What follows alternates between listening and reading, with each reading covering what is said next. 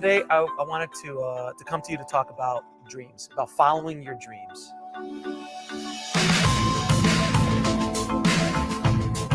Brave maker means to me to conquer your fears and get over yourself. Tell your story because you are that story.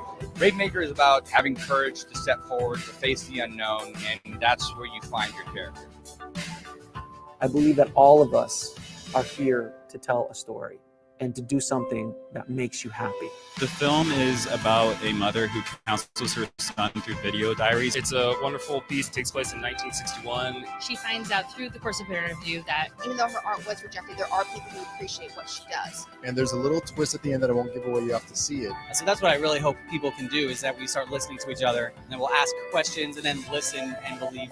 We have our own blocks, our own mindsets, our own obstacles that stop us from getting to the dreams that we want. So what do you ladies think that help empower others? Be open to giving, these women or girls a chance. If it was easy, everybody would be doing it. Just follow your dreams.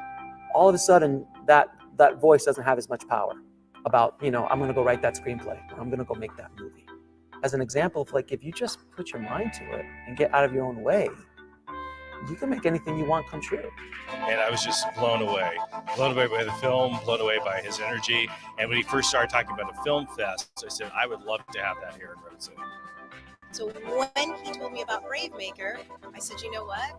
This is the type of film festival that I want to be aligned with. The treasure that you seek is in the cave that you're afraid to walk into.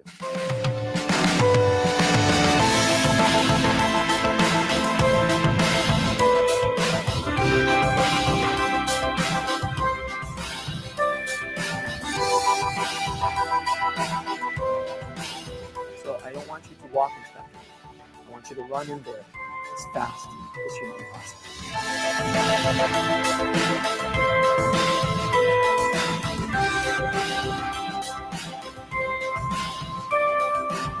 I am a brave maker. I am a brave maker. I am a brave maker. I am a brave maker.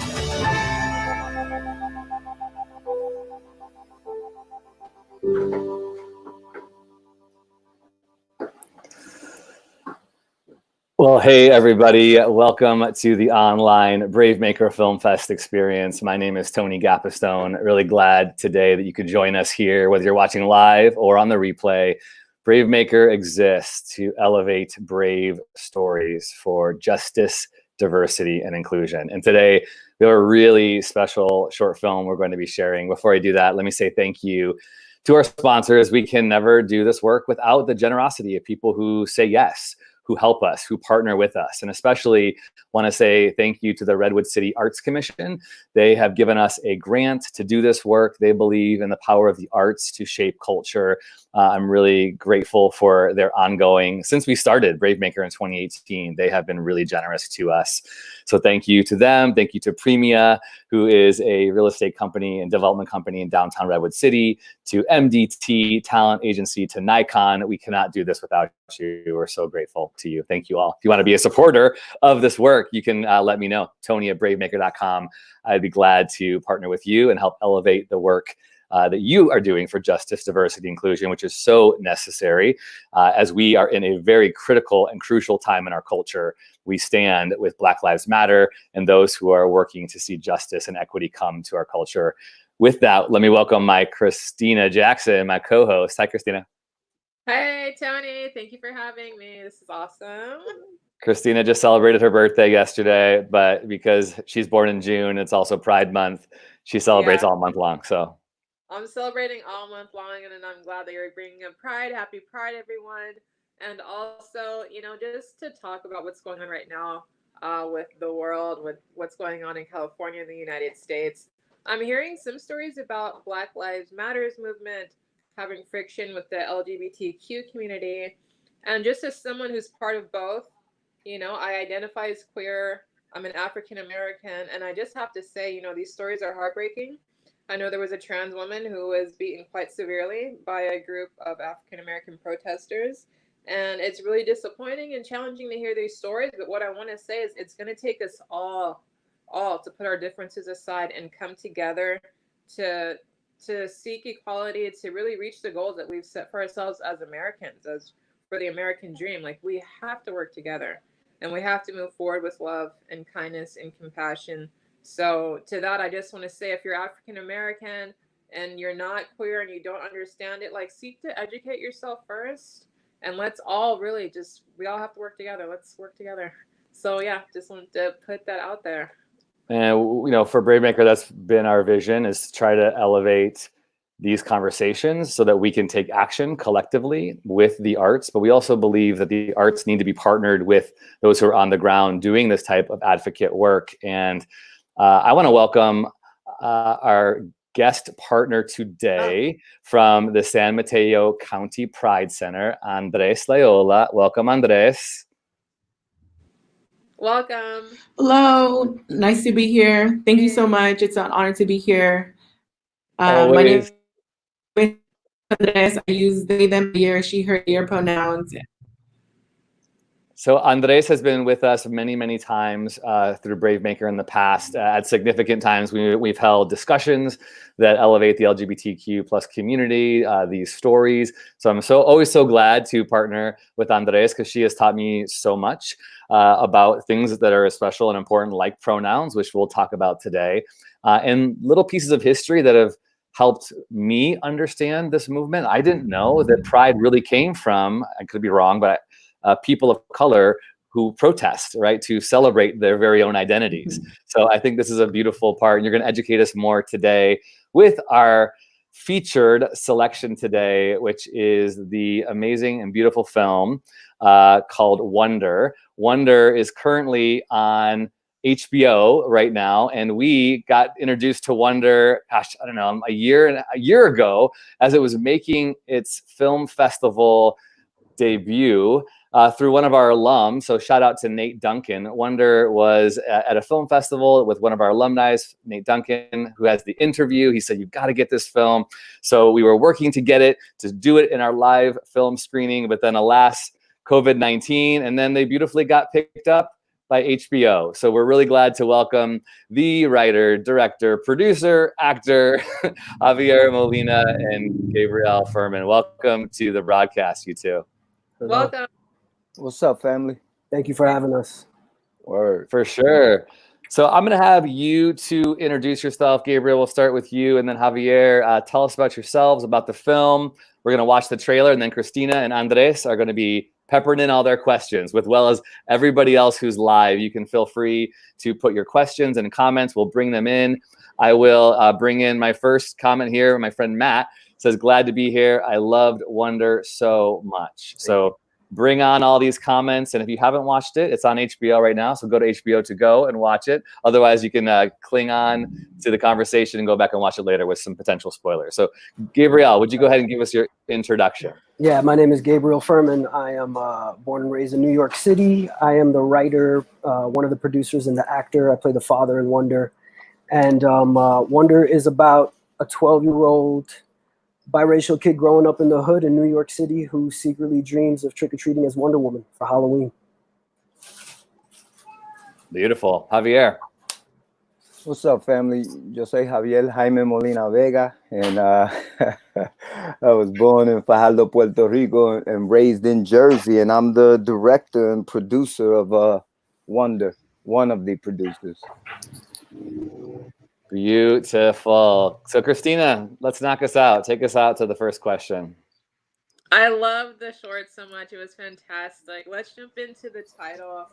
Was Wonder always the name for this project, or did you guys play with some other ideas for the title of this film? Yeah, it was always Wonder. We were like, can we do it? Will we get sued? We were like, I don't know. We'll figure that out if we ever have to get insurance. It's really perfect. And just let's get to the story. What resonated about this story for you? Like, why did you guys want to share this story and bring it to the screen? So I was on vacation actually in Ireland with my girlfriend and one of my really close friends and his wife, and we pulled into a gas station and saw this dad walk out the gas station with holding what looked like his son's hand, and his son had a full-on Wonder Woman costume, and I just started crying.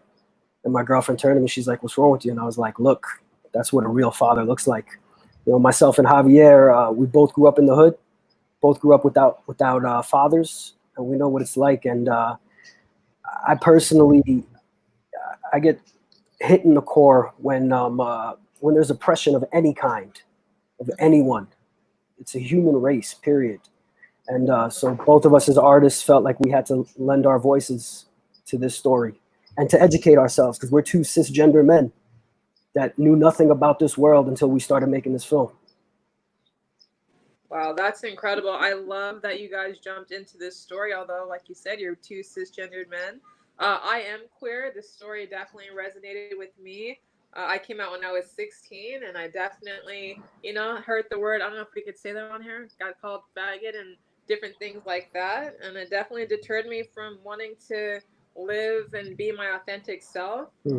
This is so incredible to see someone so young, just with the support of his father, feeling like he could go out and face the world, even though, he knows how his friends are going to react. He knows the culture around it. But if his father, is by his side, I thought that was such a tremendous story. And I love that so much. Thank you. Andres, I know you had some questions about where the story was placed, so why don't you go ahead and share that? Yeah. I thought the short was fascinating. Oh, you're cutting out a little bit, Andres. All right, we'll come back to you, Andres. Stand by. That's the power of technology, or the challenge of technology. Andres, go ahead. Are you there? Go ahead. Yeah, I'm here. Can you hear me now? Is that okay? Yeah. Okay, yeah. Being someone who's feminine in the Latinx community is really difficult. And so, I've seen some of your work, so Javier, you too, and the other things you worked on have been predominantly more masculine kind of things, right? I think one of the other movies you're known for is Bent, 99 is another one, I believe. And when I see those, I see that taking on from a very specific masculine sense. How important do you think it is for you all to talk about what is masculinity in the Latinx community? I think it's important to break down some of these stereotypes and some of these views of masculinity and femininity that we impose on our kids and on society, that they cause us to need therapy at a certain point. Some of the stuff that they want us to believe in is unrealistic, and it's not fair to impose on a kid. That's what you came up with. And maybe there was a time when, we needed to be tough in order to survive, and you still need some of that, but it doesn't have to be of a poisonous nature. You know what I mean? You don't have to look just one way, man. One of the things I grew up was, I remember being a kid, and my mom, because I didn't have a father at home, she was teaching me what she learned from the men in the community, and it was like, don't cry, and I'd be like, and so that. I went through years of not allowing myself to cry because I thought it was a sign of weakness. You know what I mean? I spent years thinking that having compassion or love or being understanding was signs of weakness, and they made me a prey to this environment. And as I started to mature as a man, I realized that those were the things that were stopping me from actually becoming who I was meant to be. You know what I mean? They were stopping my progression just as a soul, man. And Gabe and I, we spoke a lot about that, and how we think that approach, although sometimes it's necessary, it's very toxic, and I'm not sure how beneficial it is, man. So we wanted to show a different face to that, and show a father that would be willing to challenge his domestications, that would go against everything that he was raised to believe, in order to love his son unconditionally. You know what I mean? To have his kids back no matter what. It's not your business what your kid chooses to be, how they choose to see themselves or identify. It's your job to provide a safe environment. And that's what we wanted to shine a light on. I don't know if I answered your question. I kind of went off on a tangent. No, it's great. And Gabriel, what about you as you know, I really like this movie because a lot of movies are about our pain. You know, it's about like the worst things that happen to us. But this movie kind of surprised me. I was waiting for the dad to be upset. Get, oh, mi hijo no es así. We can't do this, right? But it's different. What drew you to kind of have this approach of having someone, because for me, this isn't just about, you know, intersections of being queer and a person of color or brown, but it's also the intersection of also classism, right? The way class is portrayed in this as well. Like someone with a lower socioeconomic, like that person has less resources, because a lot of people like to say, oh, the Black or brown community doesn't like queer people. It's not that we don't, is that we don't have access to resources like other people to understand this, you know? So it's really, I come from the intersection of also coming from learning from elders and Native Americans, you know, our history, our ancestors, you know? It's kind of like what Christina says, you know, you can't really be pro-Black or pro-brown if you do not like queer people. Because like Angela Davis says, if you do pro-LGBTQ work, but you're not doing things to end racism, then you're not really doing LGBTQ work. Because when people get made fun of for being queer, you're not only just making fun of us. I think we lost them, lost her, excuse me, lost them. Hello? She was talking about like the oppression of marginalized groups. Like that, and it has to be equality across the board, regardless of sexual orientation, skin color, physical ability, all of it. We have to have equality so we could all live our authentic selves, be alive, feel alive. Right. Yeah, Andres, exactly. I think I hear the question that you're asking me, and what I would say, the reason, not that I wanted to, but that I have to tell stories like this is, first of all, look, I grew up in the hood. I know what it's like to live on food stamps. I know what it's like to sometimes worry, not knowing where your next meal is going to come through. And it is a marginalized community. And no matter what people say, resources are not readily available to people that grow up in that kind of an area. And so it took me years to let go of who I thought I had to be, this tough exterior, this I have to be the biggest man in the room, all that, in order to let my real self, which is my heart, come through. And I'm a huge proponent of therapy. Therapy saved my life. And so, you know, I'll share this with the world. My therapist, I had a session after we did Wonder, and I was just crying, just talking about the film. And the reason was because I'm trying to work out my own father issues. Like, it's a fairy tale in a way. How many fathers do you know that would just step up in this situation and this quickly make a decision? I don't know any, but if I can shine light to maybe give glimmer of hope and have people identify with someone like that, then that's why I want to make stories like this. And also, you cannot, you're absolutely right. Any type of protest, you can't have one marginalized community try to speak loud and not have another. There's always been throughout history, the oppressed seek someone else to oppress because of the pain they're not able to face themselves, and it's projected. And the beauty of what's happening right now, no matter how grim it might look for the queer community during Black Lives Matter because trans and LGBTQ lives matter. And because both of those matter, all lives matter. But all lives can't matter unless Black lives matter and trans lives matter.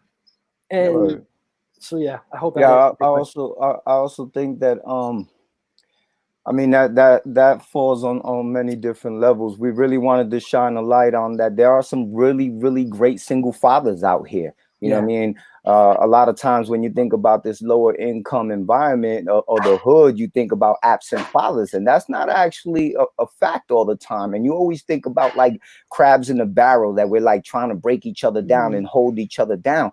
But that's also not a true statement, man. Yes, it does exist. Everything exists, but we're shining a light on the humanity that exists in these streets, man. And a lot of the things that we're conditioned to do is because we were conditioned to do that. You know, it's that Willie Lynch mentality that taught us to hate ourselves.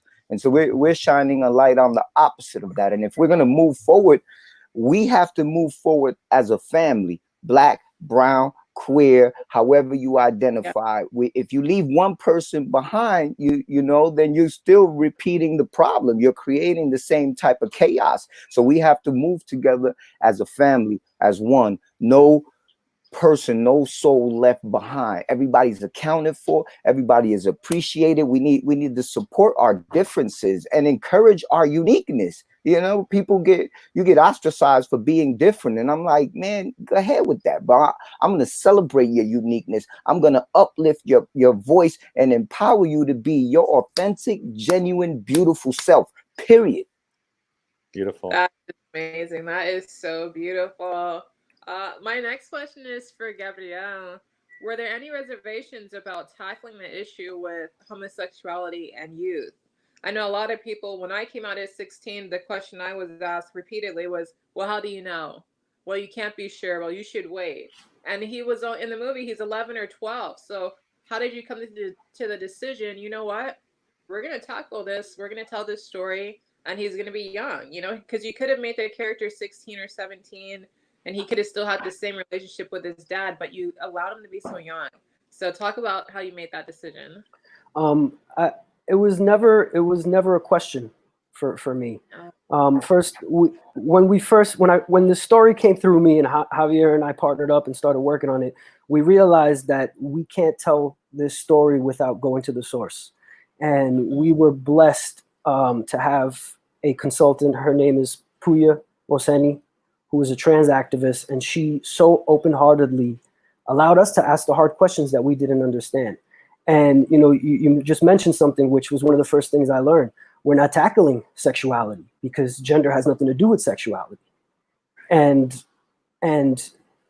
we can't hold back truth from our kids, because more often than not, our kids are much smarter than us, especially at 12 years old. I remember being 4 years old and adults around being like, "He don't understand."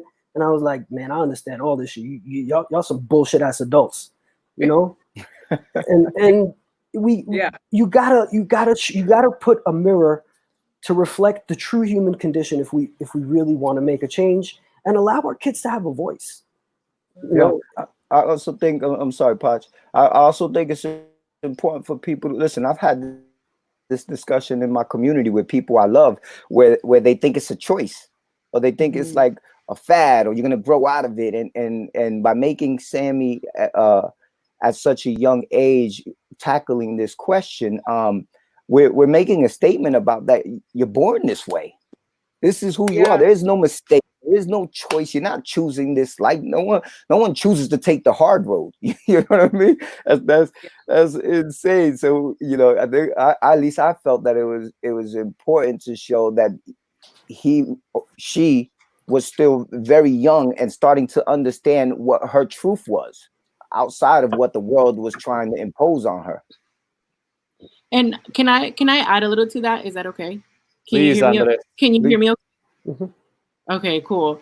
You know, it's interesting you bring that up, because for me, when I first came out, I was like, okay, yes, I'm a transgender woman and that's my story, but I've come out 4, 5, 6 different times. And so in all respect to Sammy, I think that, yeah, maybe they do want to be a trans woman, and maybe, but that's not the point, you know, like my point wasn't, oh, I'm going to transition so I can fit the binary because now I'm a genderqueer, non-binary person. My idea was that, like what you've been saying, is that I'm living my truth, you know, like ultimately we don't really know where Sammy's going to go. They might be trans women and they might be genderqueer. They might be polygendered. They might be so many different other gender expressions that we have in our world. So I think that's really interesting, because that's what I left off with, that person's story is still to be continued. Well, that's beautiful. I'm glad, because that's what we wanted, because Wonder is about self-discovery, right? And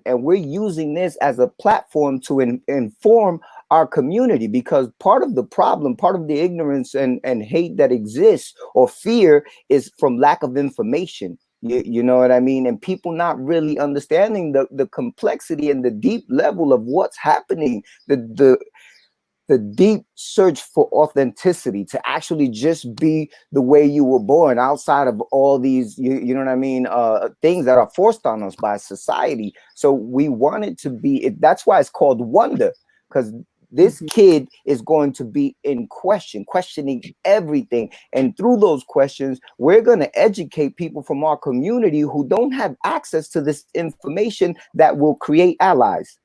That's the plan. You know what I mean? Like I got people in my family who I love, who are, man, you know, some of the things that come out their mouth is scary, and you know, and they don't even, that's because they haven't even questioned where they got it from. They just accepted somebody else's truth as theirs. You know what I mean? And when you sit down and you really start to explain, like I had a conversation and I'm like, well, you know that if someone identifies as transgender doesn't mean that they're gay or that their sexuality changes. Those are different conversations. And so many people are unaware of these important like facts that exist in this.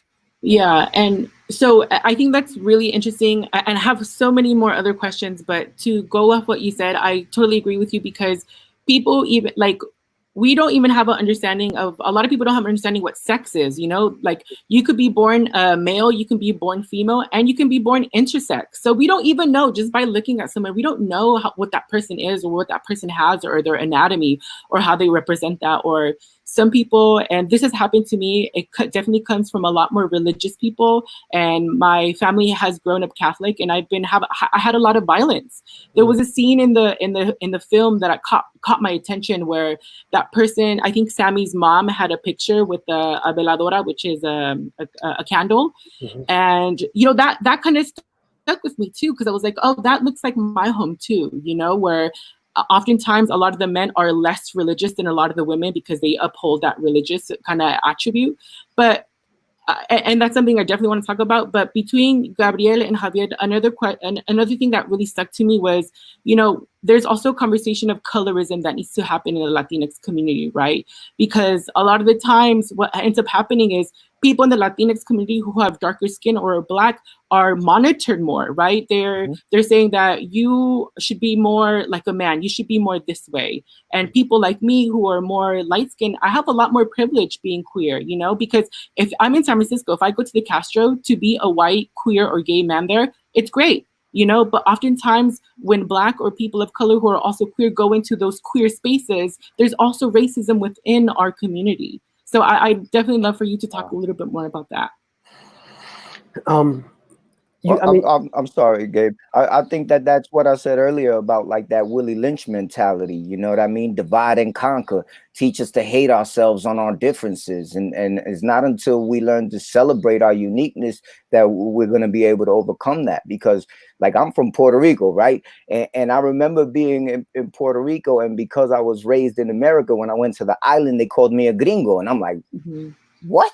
You know what I mean? Or they'd be like, mira, moreno, ven acá, you know, and all this stuff is based on colors, because that Willie Lynch mentality taught us that the lighter your skin got, the closer you were to greatness. You know what I mean? And that's a mentality that's deeply ingrained in our people, man. We were trained like that. You know, in 1712, Willie Lynch stood on the banks of the James River and he told all these slave masters, he's like, you know, turn the dark slave against the light slave, turn the fat slave against the skinny slave, turn the slaves with the bad hair against the slave with the good hair. Tell them they're talking about each other. Do this every day for a year and you will control them mentally for the next 400 years. But guess what? Your time is up. Your time is up. It's our time, man. That's why we in the streets, man. You know, and that's why I really believe things are changing. But it's not until we can look past this skin complexion and really look at what's in here. You know what I mean? Like love is the core principle behind everything. And when you can really move from there and really look at that, then we can overcome things. You know what I mean? We can move forward. But I think that's the problem, like that mentality, you know, like it's so deeply ingrained in us that half the time we don't even know we're doing it. It's the binary. But it's Andres, but your comment is the answer. Your awareness, like I'm aware of my white skin and the privilege that it has. I know that I can go anywhere outside of New York City with Javier and I'll be more accepted than he will. And it's happened. And I get enraged, like that's my brother, but it's there. So I can't tell you how many times I walked into a place and they're like, and I'm like, oh, I'm Jav, and they're like, Yeah, like people Well, you're judge books by its cover, but what you're saying right now, like even in the queer community, there's class systems and everything. So, look, I want to put this the proper way. Hating war is not the same as loving peace.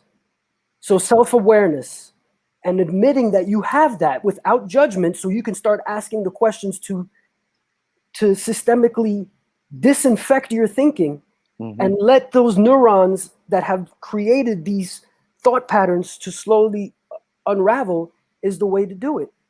And it's happening.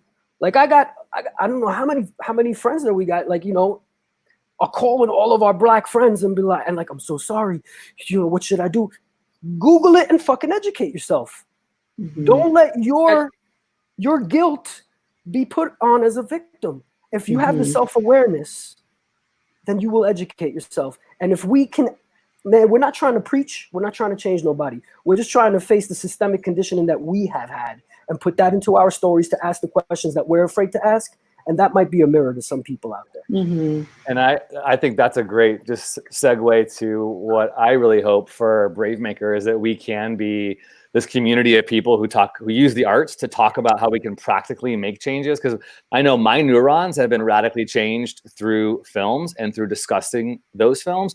And Andres, you probably remember like a year and a half ago when we were having our LGBTQ film night at downtown Redwood City. It was in a big Bay Area corporation with fancy dancy, you know, cubicles and rooms. And we were all standing around with some people who I love, who were helping us.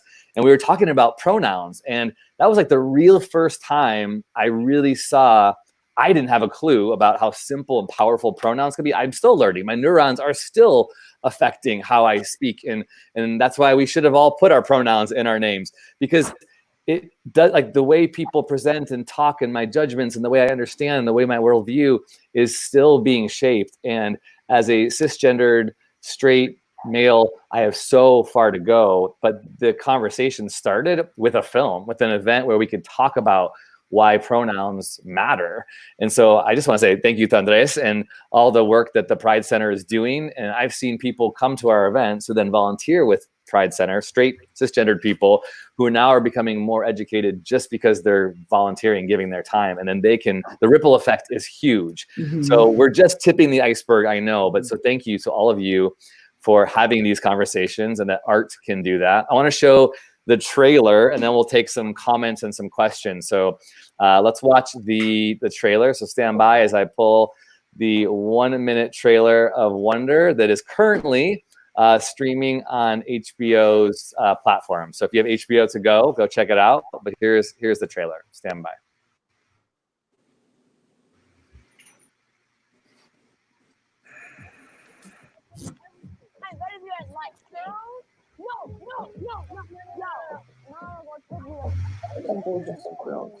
What? What? Why are you asking me that? Today I saw a guy just like a girl. Oh, faggot! Ew! Oh my God! I don't know why he does that. I don't know.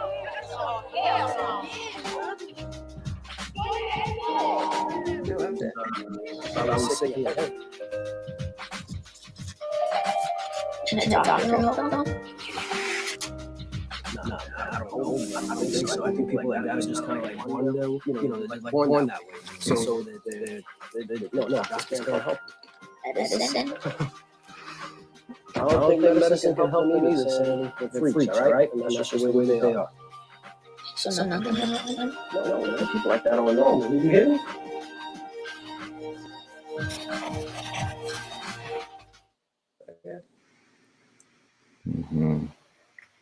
That child was phenomenal, by the way. The actor playing Sammy, just performance, just presence on camera, believability, wonderful. I'm going to pull in some comments here. This is Robertino. He's one of our programmers, the assistant director of our film festival, and a member of the LGBTQ+ community. He said he loved Wonder. Brought me back to first grade when I rushed home after school to catch the episodes of Wonder Woman on TV. I used to pretend that I was Wonder Woman, place my hoodie on my head and pretend it was my cape.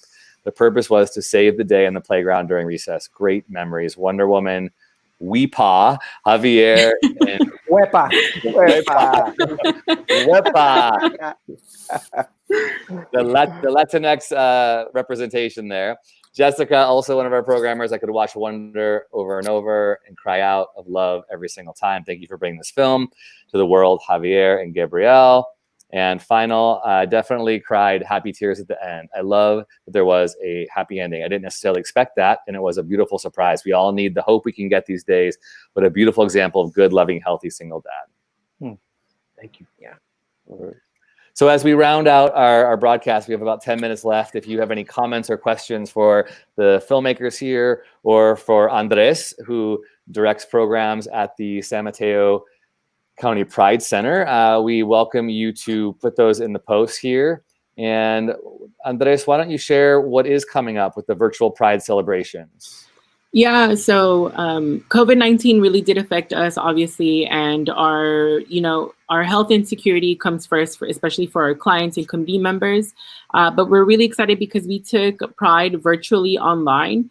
And so we have this whole week of different kinds of programs that we wanted to share with folks. It's Wednesday, so we already have 2 days ahead of us, but that doesn't mean that you can't stop the fun there. Tomorrow, we're supposed to have an author speaker series where we have a couple of books that we read for Pride Month and people are coming together. Friday night, we're going to have a DJ performance. So we're really excited about that. Part of the DJ performance is kind of doing like an in-house party at your own house. So there'll be lights. It'll be hosted by our comedian, Jesus You Better Work. Jesus does a stand-up queer comedy every single third Friday here at the center, and we've done it online. So that's one of the things that we look forward to seeing. Another thing that we really recommend folks is to get involved into our peer support groups. So if you have someone that wants to connect and LGBTQ people in San Mateo County, we have groups anywhere from a gay men's group to a transgender peer support group to a younger adult peer support group and stuff like that. So we have some pretty good programs coming up the next couple of days, and you're always welcome to check it out at sanmateopride.org. Thank you, Andres. We had another comment. Let's see, a question here. Comment. I always expected to see these wonderful things from my friend Gabrielle. That's from Jason. Thank you, Jason. All right. Anybody other final comments or questions from our co-host Christina or Andres? Yeah, I had a final comment or question for Javier and Gabrielle. What do you hope to achieve with this film? I mean, this seems like something where art is imitating life, and we really hope that life then in turn imitates art on a global scale. Yeah, what are your hopes for your project?